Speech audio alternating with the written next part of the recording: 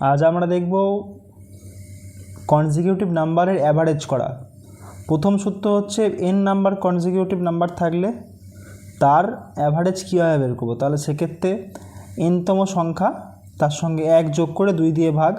এখানে তোমরা এই ফর্মুলা দেখতে পাচ্ছ, ঠিক আছে।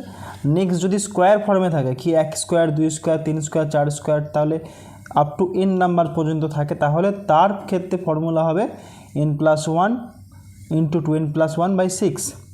এবং লাস্টলি যদি কিউব ফর্মে থাকে তাহলে তার ফর্মুলা হচ্ছে n ইন্টু n+1 এর হোল স্কোয়ার বাই 4। এখানে আমরা প্রমাণ দেখে নেব যে 1 2 3 4 5 6 এই কনজিকিউটিভ নাম্বারের অ্যাভারেজ কত হচ্ছে। তাহলে n+1 মানে 6 + 1/2, তাহলে অ্যান্সার আসছে 3.5। 7/2 = 3.5। যদি আমরা করি এটা তাহলে কি আসছে, 3 3 6 4 10 5 15 6 21 ভাজিত 6, তাহলে 6 3 18 ইন্টু 5 3.5 অ্যান্সার মিলছে। সুতরাং ফর্মুলা হচ্ছে n ইন্টু n+1/2। আচ্ছা, যদি স্কোয়ার ফর্মের ক্ষেত্রে আমরা দেখি তাহলে এখানে সূত্র ছিল কি n+1 ইন্টু 2n+1/6।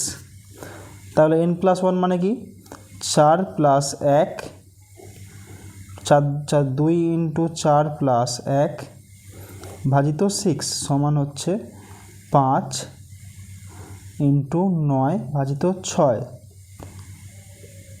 অর্থাৎ 15/2 অর্থাৎ 7.5। যদি এটা আমরা করতাম তাহলে কি আসতো, 1 + 4 + 9 + 16,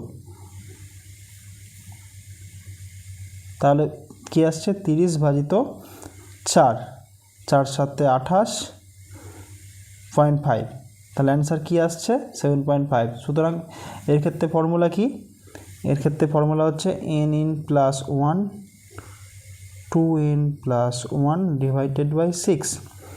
থার্ড আসছে কিউব। যদি 1 কিউব + 2 কিউব এবং 3 কিউব বলা হয় তাহলে ফর্মুলাটা ছিল n ইন্টু n+1 তার হোল স্কোয়ার /4।